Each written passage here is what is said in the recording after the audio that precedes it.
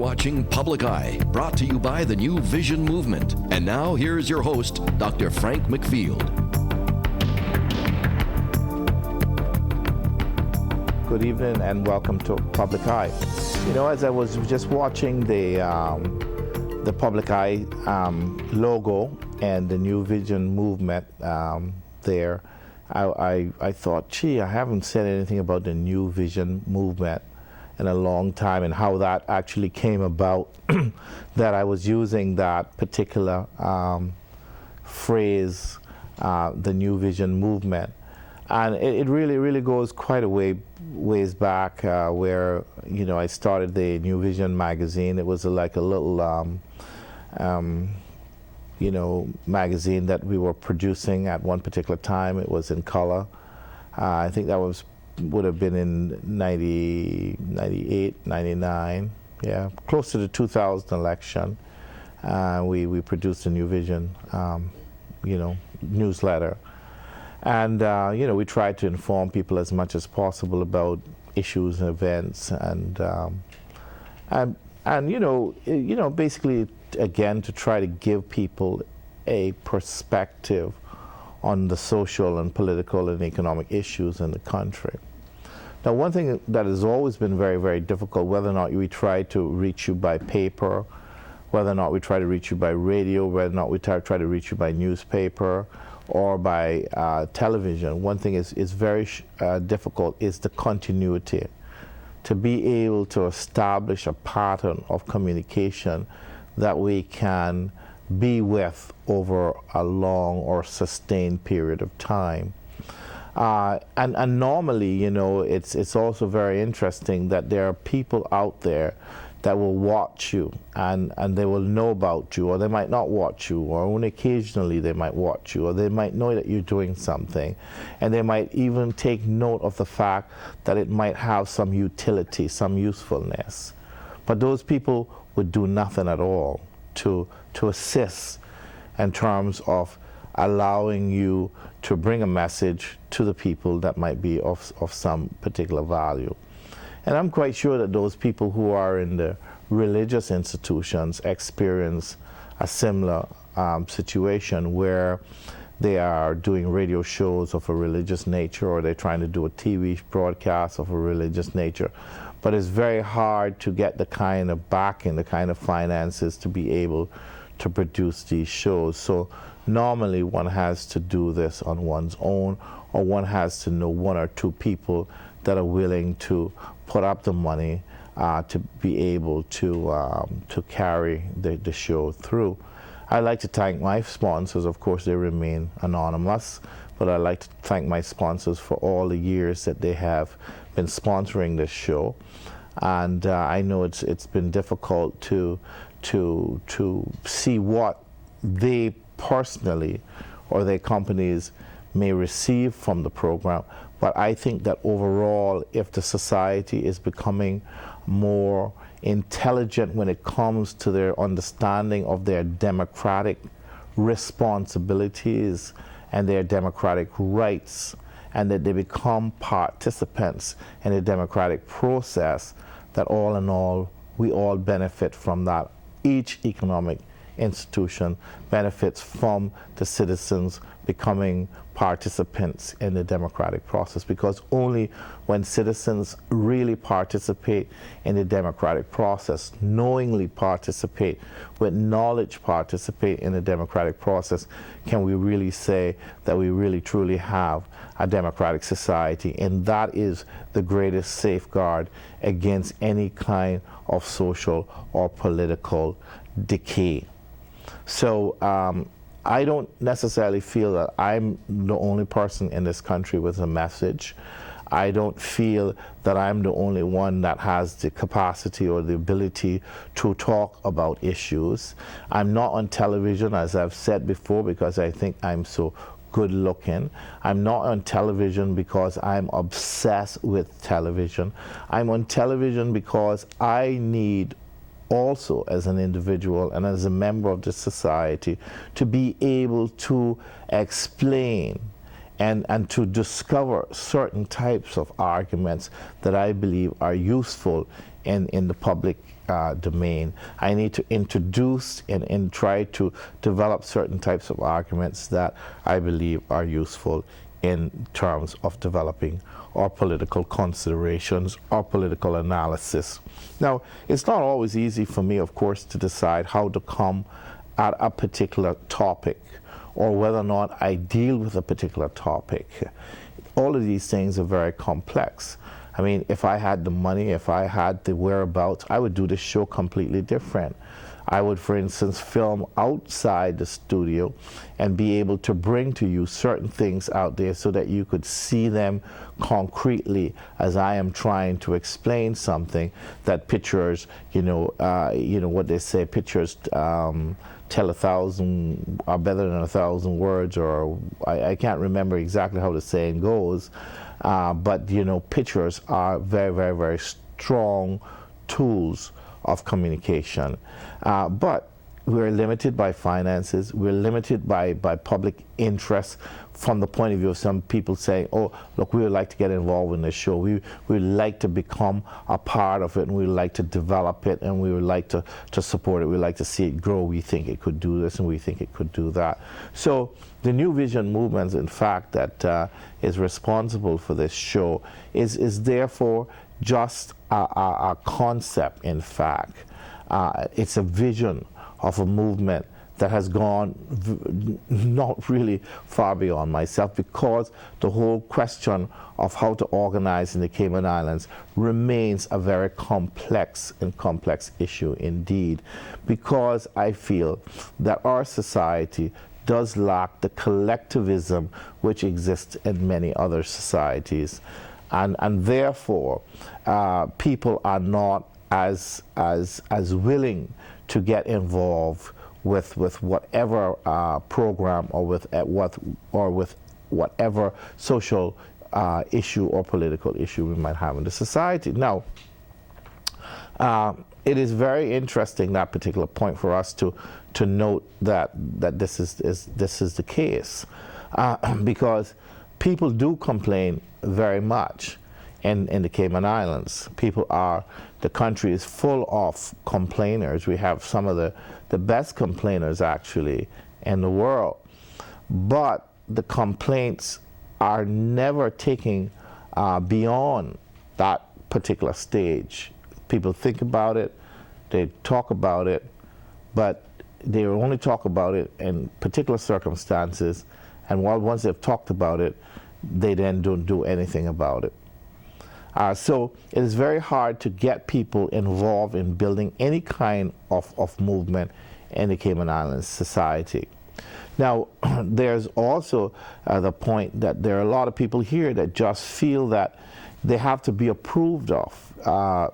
Somebody have to be there approving what they're doing and suggesting to them, in fact, that what they're doing is okay and that they should continue to do so. They do not by themselves have that total conviction to say, this is what I'm doing. I might look like an idiot doing it, but I'm going to continue to do it because I believe it needs to be done. And even if I have to be like Don Quixote, chasing the windmill, doing it myself, I'm going to continue to do it. Even if I seem like an absolute fool, repeating myself continuously, trying to get a point across, I will not stop trying to get that point across, because eventually you really feel that if you walk around the wall long enough, and you walk around the wall long enough, the wall will come down like the wall of Jericho. It will fall down because of persistence and because of the faith that you believe that, in fact, that you can move something and yet you can have something happen. Now, the fact that we seem to lack in this country the tradition of collectivism. Collectivism meaning that people group together and that they begin to participate not so much as individuals but as groups. They do not see themselves as having so much an individual interest but as having some type of group interest. A case in point is employees or workers. If you are, as workers, for instance, a group of people, you get together and you begin to look at your common interests. Now, we started a union in this country some time ago, or what we thought was a union, or something that was supposed to be an employee association, something that was supposed to at least give some kind of common focus and some kind of direction to employees, mainly in the hospitality industry, and mainly the employees that were working at the Hyatt Hotel at that particular time. Now, the reason why this could have been done at that time was because there was a very strong individual interest in the gratuity collection. So there were people there who were working there who felt that the hotel had been withholding gratuities from them for a very, very long time, and that they felt that by bringing themselves together as a group under my leadership, that they might be able to achieve something for themselves. Now, this they call the union. But you know, it is very important for us also to understand that a union is not something that is created simply for each individual's gratification or each individual's immediate reward. A union is something that people build over a long period of time. A union is something that allows people to find commonality in their struggle to improve their living conditions. Now, there are people in this country who continue to say, oh, Frank McPhee was involved with a union, but he did not continue it, and he should have continued it. He abandoned the people, and he abandoned this.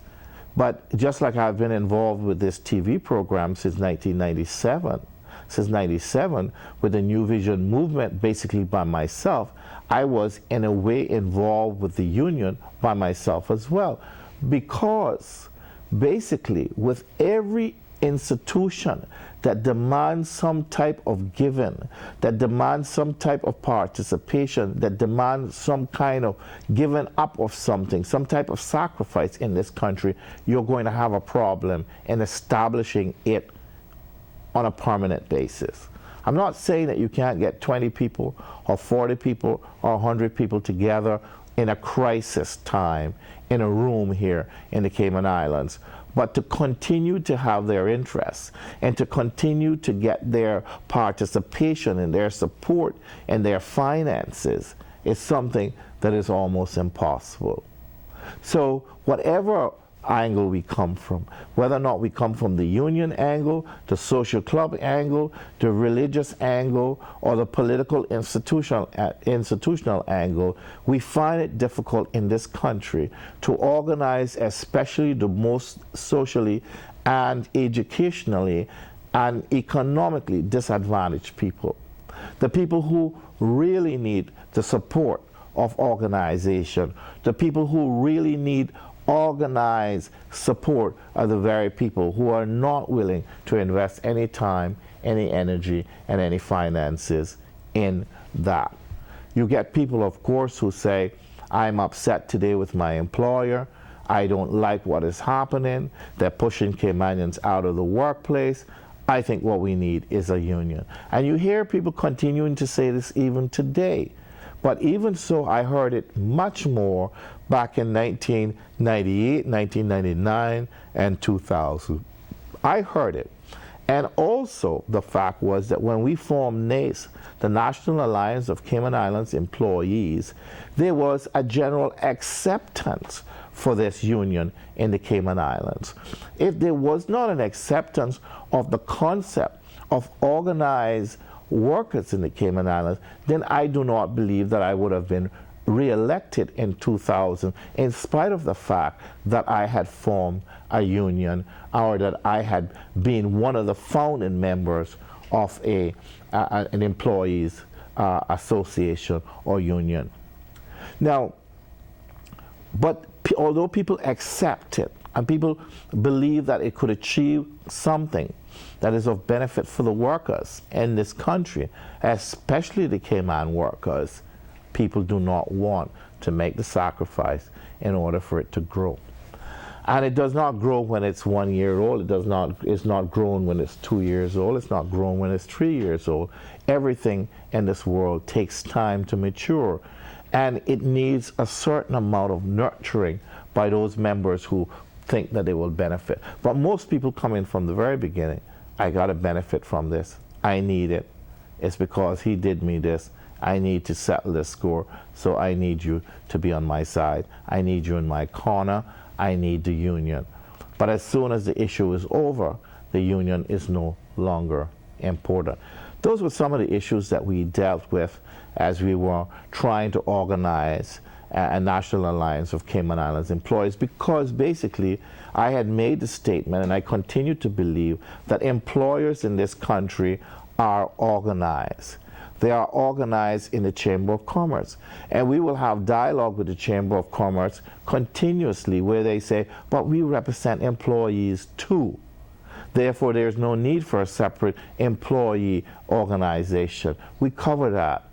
But I do believe that there have always been and will always be a need for an employees organization in this country. I don't believe that I would return back to trying to organize an employees organization in this country, because I already made the experience and I am already truly convinced that it is almost like impossible to establish any kind of collective organization that will deal with people who are disadvantaged in this society. So if people are not going to get any kind of advancements, if people are not going to get any type of protection, if people are not going to get any type of benefits as a result of being able to organize themselves into particular kinds of organization, then how are the poorer people ever going to be able to achieve anything in this country? Well, it brings me to the point to say that the poorer people in this country, in terms of the way that the Caymanian culture and social stratification is that poorer people have always believed that the better off people will look after their interests. And psychologically, that is very ingrained in our psyche as Caymanians. We believe that those persons who are better off will look after those people who are not so better off. And we see this behavior playing itself out all over the place, especially in the relationship between politicians and their constituents, and the politicians being seen as people who are one step or two step up the social and economic and educational ladder, and the constituents being people who are a little below them on this particular kind of stratification level. Okay? Stratification meaning strata organizing. Yeah? So I would say that it plays itself out for those of you who attend funerals when you see the politician up there as a senior, more important citizen to give some type of status to the funeral ceremony, making the obituary or doing on behalf of members of the family the tributes in order to say we were friends, we are from the same background, we're the same. There's no distinction between us as politicians who are well off and educated and the people who we now come to speak for in the form of their tributes.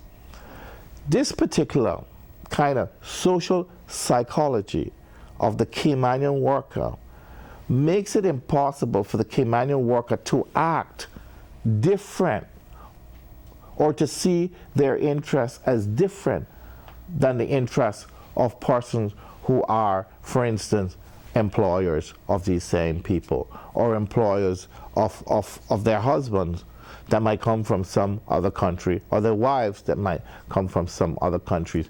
They do not see the difference between the power of those people who own and the power of those people who do not own.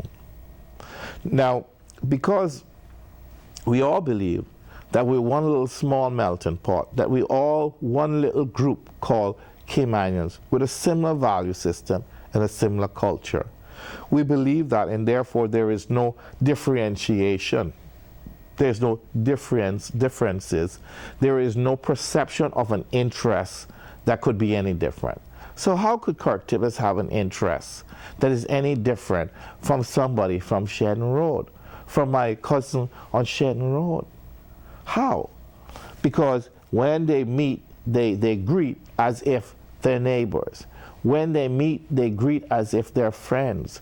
When they meet, they greet as equals. When they meet, they greet as if they have the same interests. And therefore, when he's elected, he will look after their interests. And therefore, they have no necessity to create organizations that will see their interests as different than the way in which he publicly and privately with them conveys his acceptance of their interest and his interest or the common interest. So we have therefore come to a point in Cayman where everybody knows that organization creates power. It creates relationships that creates influences, that creates power, that creates change, or that preserves stagnation, or whatever. So, if the poorer people are not organized, if the poorer people do not come from a kind of culture and sociology that would cause them to say, look guys, we need to organize today. We need to organize for this particular interest. We need to organize because if we don't organize, we'll never be able to increase our wages. If we do not organize, we'll never be able to protect ourselves and our jobs. They don't see that because the people who they elect will come and say, you know what? We're protecting jobs for Caymanians. That's the reason why we want the rollover policy. That's the reason why we're dealing with immigration the way we're dealing with immigration, because we are protecting you Caymanians. And when they say you Caymanians, we all look at ourselves and say, well, I'm a Caymanian, so he means me. So he's including me in his consideration. And therefore, why do I need the power of a union, or the power of a New Vision movement, or the power of a political party, when I have the power of the government? I have the power of Kirk Tibbetts, I have the power of Alden McLaughlin saying, I am protecting you Caymanians. Because we identify so closely with each other without any kind of critical analysis of our differences, because we have been made and we have been brainwashed to think that to consider differences is to create friction and to create problems. So we publicly will not talk about there being any differences between the employer and the employee, because that means that we're creating problems. But the reality is that the employee today, who's making no more money than they were making yesterday, should realize by now that if they will give CUC a raise, every time CUC wants a raise, and they will not give the employee of the hotels or the construction industry or the bars or wherever it is that the employee is a raise, then the employee must have less power to negotiate its improvement than CUC has. Why is it that CUC can achieve the objective of getting more money for its electricity and you cannot get more, you cannot achieve the objective of getting more money for your labor or for your skills? Why? Because you have no power to negotiate with those entities that are responsible for whether or not you get an improvement in your wages or in your salaries. So it comes back to that. Why is it therefore that CUC can impress upon the government the need for it to get more money for its for its electricity, and you cannot impress upon the government that you need for more wages. It's simply because the government listens to the people who are organized. So although Kirk Tibbetts and Alden McLaughlin pretend that organized behavior is not important when they see you at the funeral or in the bar or in the street, yeah man, how you doing, hey, you know, I want to relax now, boy, and just blah, blah, blah, this, and, you know, let's get away from all of the hustles and bustles and this, and let's just be ourselves, Caymanians. Although they pretend that organized behavior and formalities are not important to you, they themselves are caught up in it. When they turn their back on you, they put on their shirt and their ties, and they start acting another way, and they start thinking another way, and they start behaving another way. That's why when I hear them talk about, Alden McLaughlin talk about preserving Cayman culture, because Cayman has a culture. Sure, Cayman has a culture. I say ants have cultures, and there's a culture in everything. But the point is that the culture, the corporate culture of this country is not Caymanian.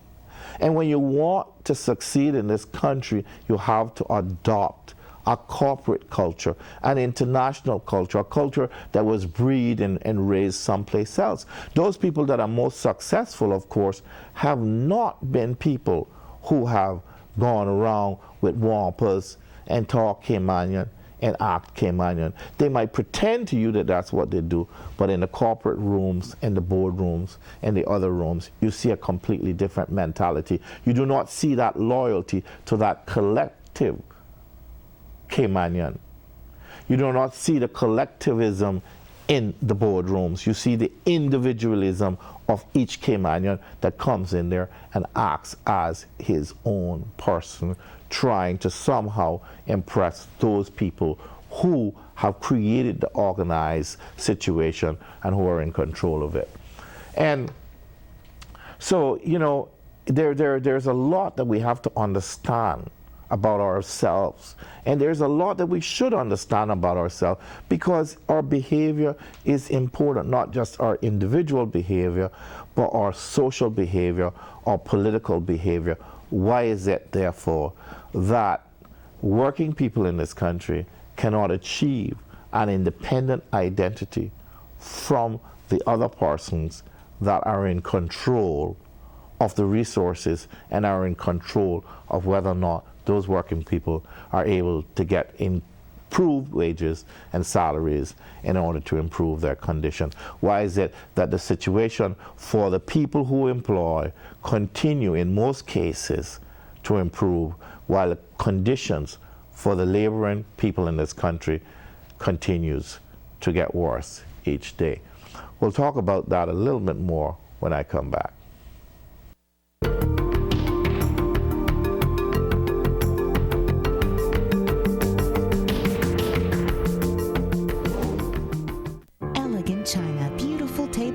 Classic cookware. Add the beauty of ambiance to your home with a wonderful array of tableware, cookware, knives, and more. Ambiance brings you the best Europe has to offer for your kitchen and table. Each design is a perfect blend of form and function. See the new Bosch coffee maker designed by Portia, and bright and bold espresso machines by Francis. There's always something new and exciting in store at Ambiance. Visit Ambiance today in the Strand Shopping Center. Beulah McField uses the freshest ingredients to create some of the most treasured meals on Grand Cayman. But you won't find them in a restaurant. Beulah and her staff make the meals the Rotary Club of Grand Cayman and other organizations deliver in the Georgetown area. Throughout Grand Cayman, volunteers deliver more than 12,000 meals a year. Call this number if you know someone in need or can help make deliveries. It's just a quick cash thing. Yeah. Quick cash, deal with the matter. When you send money, you forget it done proper. Said quick cash, you know said them yo. You fi tell them how we send it so you get the money now. Said quick cash, much better. Quick cash, Cayman and Canada. Quick cash, USA. Tell them how we send it so you get the same day. Said quick cash money transfer. There's never been a better way. For 25 years, Foster's Food Fairs focused on 5 simple goals to show we care. The freshness of our products, providing value for your dollar, stocking a wide variety for your selection, ensuring that you get the best quality available, and multiple services for your convenience. Foster's Food Fair, 25 years of caring.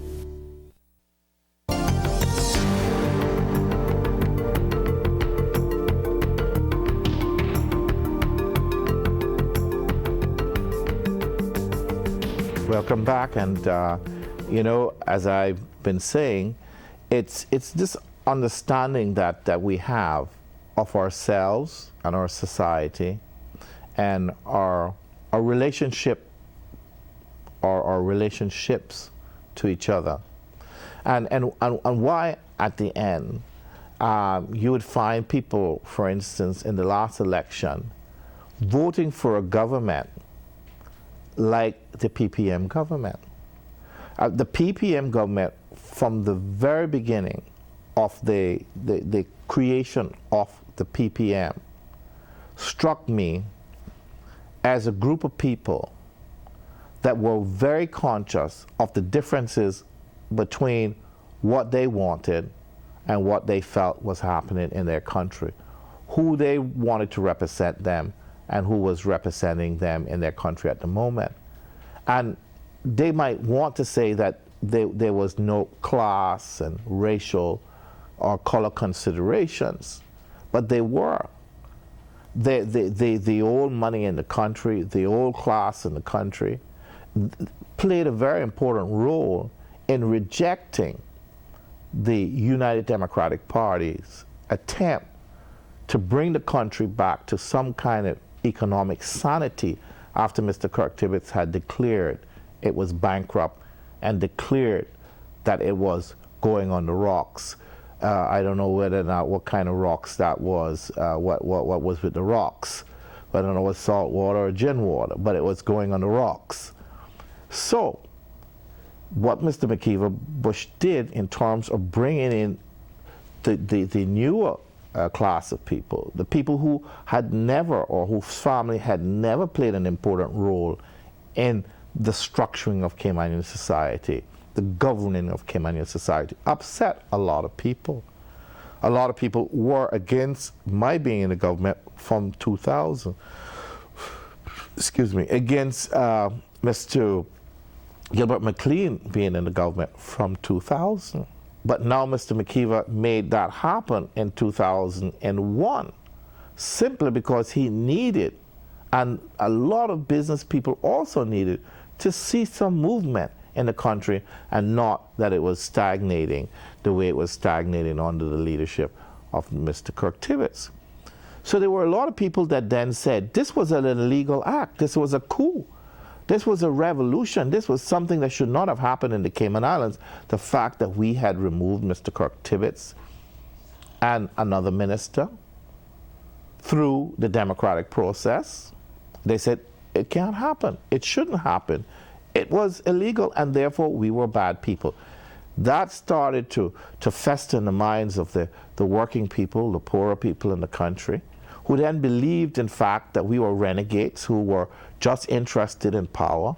Well, Frank McField doesn't remember where he's coming from anymore. I remember Miss Lucille Seymour making those remarks on the radio, that I don't remember where I'm coming from anymore, simply because I had achieved a position of power in the country, and she saw that as an opportunity, therefore, to confuse the people, to make the people feel, first of all, he shouldn't have been there, and secondly, he's there, he doesn't remember you, so get rid of him. Let's make a movement that will get rid of these people. So they created the People's Progressive Movement. The People's Progressive Movement, a movement to rid themselves of the members of the Legislative Assembly, that the 9 members that went along and formed the United Democratic Party. Now, people can see today that Mr. Kirk Tibbetts And Mr. Allen McLaughlin is not on the side of the middle classes and the poorer people in this country. They pretend that they are by attending the funerals. And they pretend that they are so by saying to you, let's limit the foreigners and we Caymanians stick together because we're a small number of people. They're talking about Caymanian identity now only as a useful tool to make you believe that you are so different from everybody else and that you need to stick together in order to protect your rights in this country. But how can you protect your rights in this country with a government like the PPM if that government continues to make the cost of living escalate in this country and do nothing to try to control it? They're controlling the foreigner, but they're not controlling the prices of oil. They're not controlling the prices of electricity. They're not controlling the price of cooking gas. They're not controlling the prices in the supermarkets. And when I brought in a motion to remove the duties on the food stuff, and we removed millions of dollars off the food stuff, they put into place no policing method, no method that would guarantee that what we had voted for in your assembly was then passed on to you. And then they used the excuse afterwards that it wasn't working and therefore they had to scrap it. Just like how we used the excuse about the affordable housing, saying it wasn't working, so he had to scrap it, he had to stop it. But I say, if you stop something that is so needed for so long, you stop something that is so needed before you stop it, then it got to be something really wrong with you, or you don't really care, or you don't really understand. So although he pretends to you that he's a Caymanian, and he pretends that that's the most important thing to him in the world, that is not so. The most important thing to those persons is the positions they occupy, the cars they drive, the foods they eat, the kind of education their children will have, the kind of future that they will have for themselves and their children. That's what's important, really, at the end of the day. And I'm not saying that that should not be important. It should be important to any individual, even an individual that's in public service. But what I'm saying is that they have to understand that it's important to you, too. It's important what you eat, it's important what you drive, it's important where you live. And it's important that you be able to use your wages, regardless of what level you work on, that you be able to use your wages to achieve something for yourself. Not on the same level, but comparatively so. Okay? When the hurricane came, and in the aftermath of the hurricane, we put money in the hands of people. We had people working in Georgetown. We had people working and we saw them work together and we saw their desire to work. We saw people cleaning streets. These were the same people that people say were Caymanians and they did not like to work. They did not want to work. We know that the problem is in the wages, the costs. We know that the problem is that people do not believe that they're being rewarded fairly for what it is that they do. Because those people that we saw out there doing all kinds of work, hundreds of people out there cleaning the road and making the country healthy and tidy for ourselves and our visitors. These were the people that people said that could not work, that did work, that worked well, and so the issue was an issue of wages. How is it then that they can protect you, but they cannot give you a decent wage? What good is it if they roll over a foreigner and they send one back after 7 years and bring one? Does that change the lot of the poorer working people in this country? How does it change your lot? It makes the functioning of the businesses in the country, as far as I'm concerned, weaker, because it meant where I had an engineer with 7 years experience with my company. I now have one with 8 experience with my country. So I should be losing something at some particular point in my country and in my company. And if I employ Caymanians, my ability to improve their wages should decrease as a result of the decrease in the productivity of my company. So I don't see how they're helping Caymanians this way. The point that I'm trying to make, and I'm trying to make it about immigration, and I'm trying to make it about identity, because I think that what has happened here is because we are a small number of Caymanians, and because there are a large number of people who have arrived after our forefathers, that we tend to think that our real problem is with those people and not with ourselves. I think we can see those people, and we can see the threats of those people, and we can see the benefits of those people much more clearly than we can see ourselves. I think we have a little bit of a problem in being able to perceive ourselves properly. I think we need to get new mirrors when we look at ourselves. And we need to start thinking, do they really believe that I am like them when they say, I'm a Caymanian too? Do they really believe that I have the rights to the same standard of living as they do? Do they really believe that my child has the right to the same educational possibilities as their children when they say we're all Caymanians? Do they really believe this? Or are they just saying it because it increases the possibility for them to use you as a number in terms of being able to achieve with these numbers more influence and more power into society to benefit themselves and to stop you from advancing your cause? So I'm not putting all the blame on them. I'm putting the blame on the poorer working people in this country and the lower middle classes in this country, the people who do not believe that they can improve themselves through collective bargaining, through saying that we are going to look for ourselves and forget about the government of the Cayman Islands looking for us. Whether or not Frank McFeel is in that government or Kirk Tibbetts is in that government, we are going to organize in such a way that we begin to look after our own interests. We're going to raise from among us our own leaders in our own organizations that will fend for us and that will try to improve our lot, rather than just thinking, oh, I'm a Caymanian, I'm okay. No.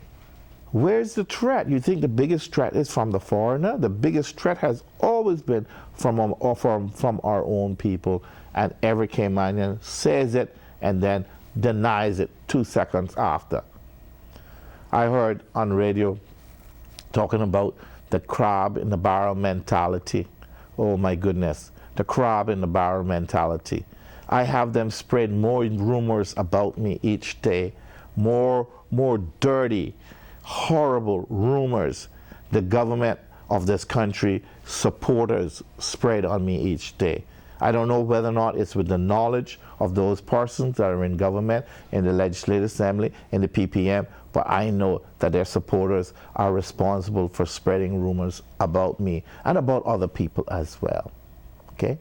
So I'm saying this to say, when we look at it and we look at the big revolution that the PPM made with their red flags and their red this, and I said, you know what red signifies? You know, they're in red. They come to do something. They come to change something. They come to be militant. They come to make a difference. And from the point of view of how they see this whole thing. They came in there with a vengeance. They came in there saying that what we had done in removing Kirk Tibbetts from the leadership was wrong. Yet there are people who are going around the country at the moment saying, boy, we wish that you all were there to remove him again. Well, we were right in removing him in the first place.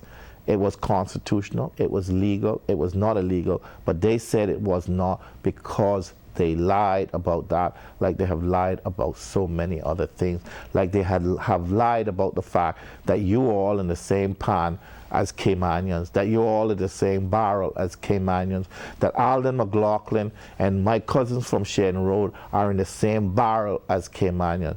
Nonsense. They are not in the same barrel as Caymanians. He understands exactly what his opportunities are in his law firm with his other expatriate friends.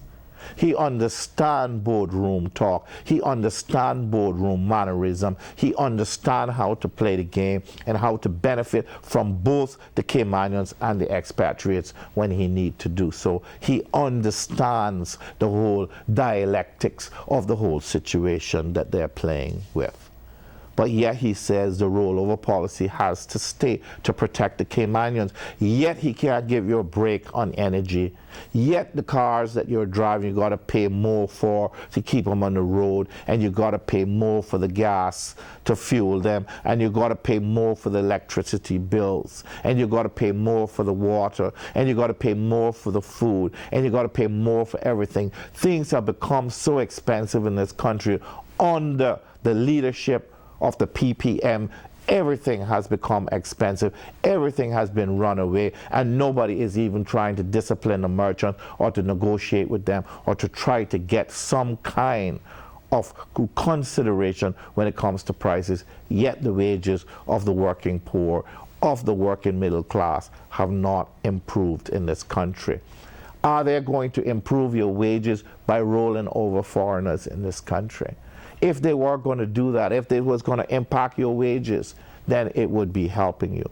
But if all they're trying to say that they're doing is to make sure that Caymanians have control of this country in the next 10, 15 years, they mean that they have control over this country, and that after them, their children have control of this country, just like their forefathers had control of this country. Not that you, my cousins from Sheridan Road, have control over this country, or that your children have control over this country.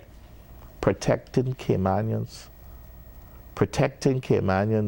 by saying that we want to get rid of people after 7 years. Okay, well, that's the program they brought you after 1 year and several months. They have said to you, what we are going to give you in return for putting up the electricity bills, putting up the water bills, putting up the food bills, we are going to give you an immigration law that is going to roll over the foreigners in this country.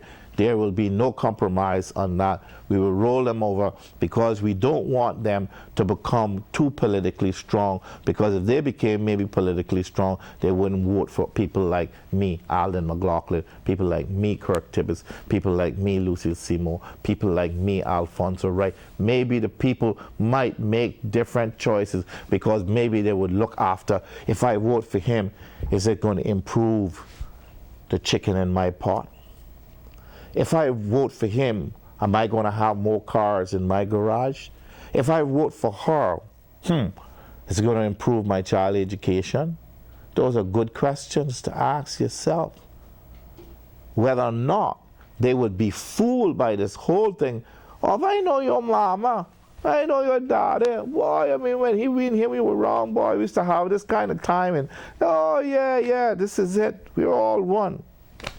No. You see, when they are Caymanians, they bring the level down. We don't want to be Caymanians on the level down. We want to be Caymanians on the level up, because that's how it should be. They reserve the level up for when they're in their intimate circles and their little peer groups and their little circles. And when they see you and me in public, they behave a completely different way. That's too standard of behaving. So if Alden is talking about Cayman culture, he must be talking about a few different values and a few different ways. Anyway, the point again to be made is that people have to become more conscious of their own individual and group interests. Whether or not that interest as a group is because you earn your living by doing manual work, whether or not you earn your living by doing skilled work, or whether or not you earn your living as a knowledge-based based professional, however it is that you earn your living, that is an important point of consideration. That is an important consideration when it comes to the politics of your country. You must be thinking actively all times, what is a particular legislation or law going to do to preserve my livelihood, to improve my livelihood?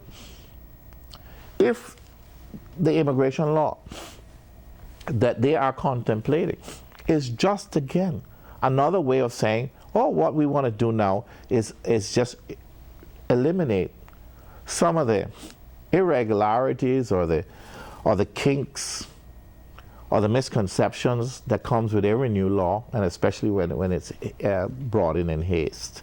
We want to eliminate this, but what is it bringing to you concretely? If they're saying we're staying with the rollover policy, what is it that is bringing to you concretely? What is it they're saying to you that in 10 years you're not going to be faced with a situation where you have to give these people status? But in 10 years, you might be dead because the electricity bill will kill you because it's so high. Or you're going to die from heat because you cannot turn on a little air conditioning during the hot nights. What is it concretely that they are giving you? What is it concretely that they can give you? I heard Kurt on TV, on radio, talking about the affordable housing this evening. And I said to myself, there he goes again. Now he's talking about the fact that they will also build individual family units, but they will build multiple family units as well, because there are some people, he said, that have already raised their children that cannot afford it if they're not in multiple family units. Well, one of the reasons why we needed to build it in multiple family units is because it made it more affordable for people who could not afford.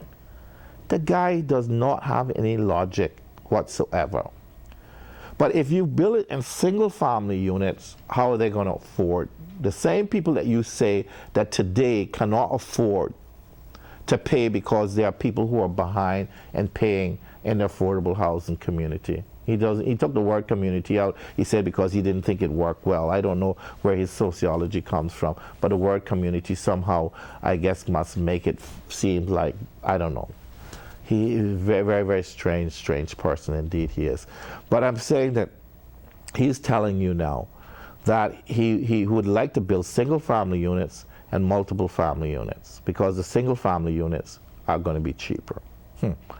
But yet he's saying that people are having a hard time paying for the houses that are cheap right now, which is less than $700 per month.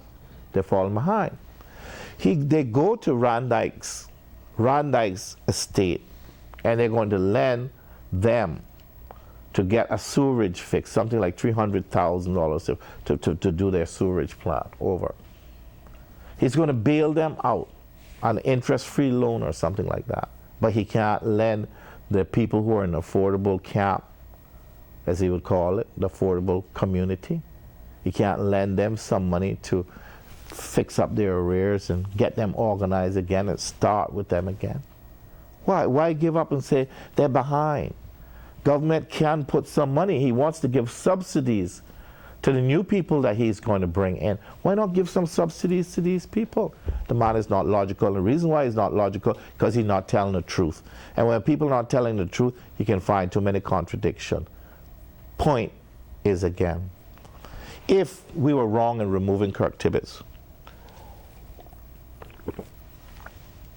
in November 2001, if we were wrong in doing that, if that was a militant act, if that was a coup, as some people called it, why is it that nothing has ever been done to correct it?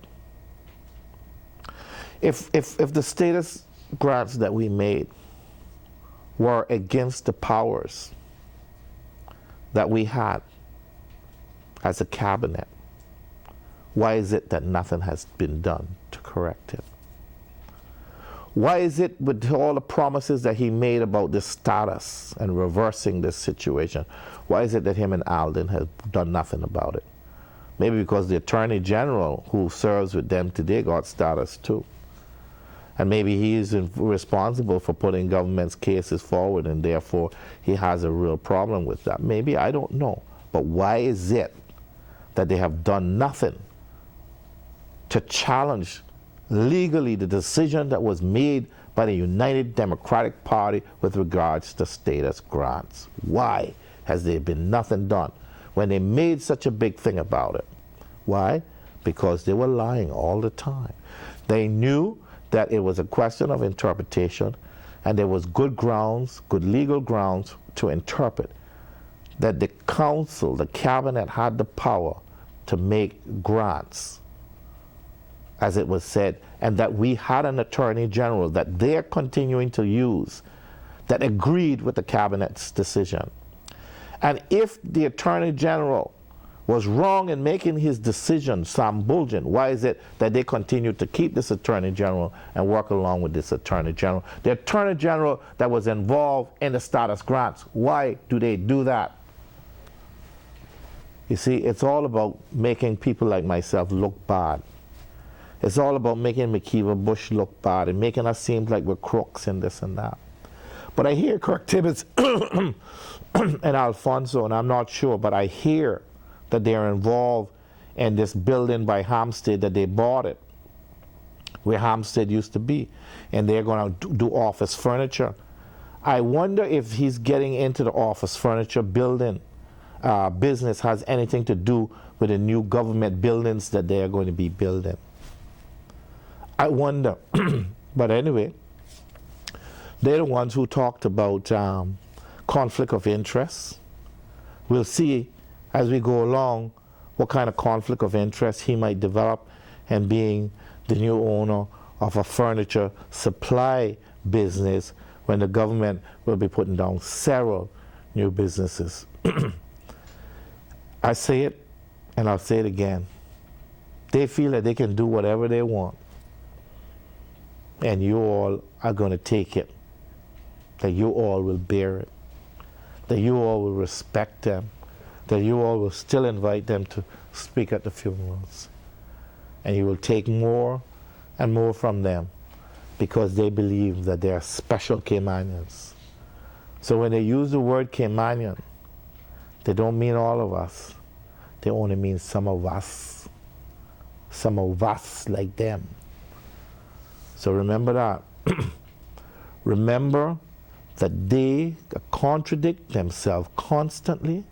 There's no consistency to what they say. If the status grants were so illegal, why do they keep the Attorney General that participated in making those grants? If we remove them from office, or by us removing them from office, if that was illegal, why is it that they continue not to challenge that decision? If having a speaker that was part of United Democratic Party in Juliana O'Connor Connolly and Linford Pearson was such an abomination to this country and such an abuse of democracy, how is it that they continue to have Edna Moyle, who is a member of the PPM, as speaker? Why is it that she could be fair coming from their side, and Miss Julie couldn't be fair, and Mr. Linford couldn't be fair coming from the UDP side? Remember, people, you don't have to believe what I say. You don't have to like me, but I will talk, and I will continue to talk. And I will continue to ask you these types of questions because they're very important. Why is it that you cannot organize for yourself when you can organize for them? Why is it that you cannot vote for yourself when you can vote for them? Why is it you can't have pride in yourself when you have so much pride in them? Why is it that you cannot honor yourself when you have so much honor for them? The reason why the sporting program is in such disarray is because they don't understand sports. They don't understand our Georgetown and West Bay and East End and North Side and Bordentown community and Cayman Brac communities need for those types of uplifting type of activities, because they never were there. They don't care because they don't know, and they don't know because they don't care. Anyway, that's it. Again, Beulah wasn't able to come tonight because she has some very important work to do for her children that she ministers to in the community. But we'll see her on the next Public Eye. Good night. God bless.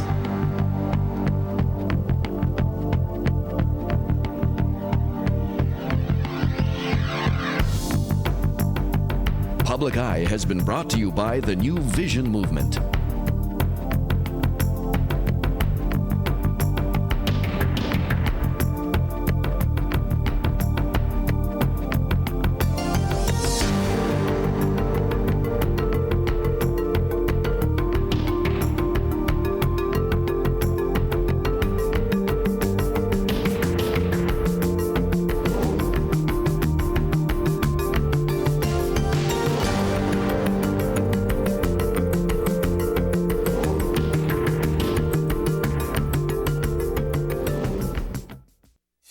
Need sports?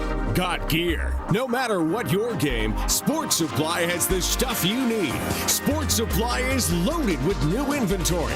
We have so much under one roof, you have to see it to believe it. Sports, games, fishing, fitness equipment, apparel, and name brand shoes at low, low prices. So if you need it, we've got it. We are Sports Supply, Galleria Plaza, West Bay Road. Just might be on our own here.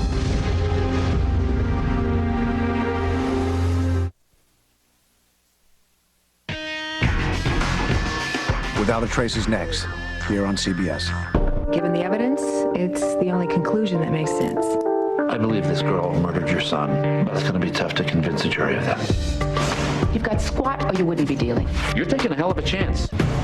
Winning is the only thing that matters. What about justice? Justice is God's problem. Shark, CBS Thursdays this fall after CSI. Uma Thurman, plus these guys go for a world record on 53rd Street tonight on Dave.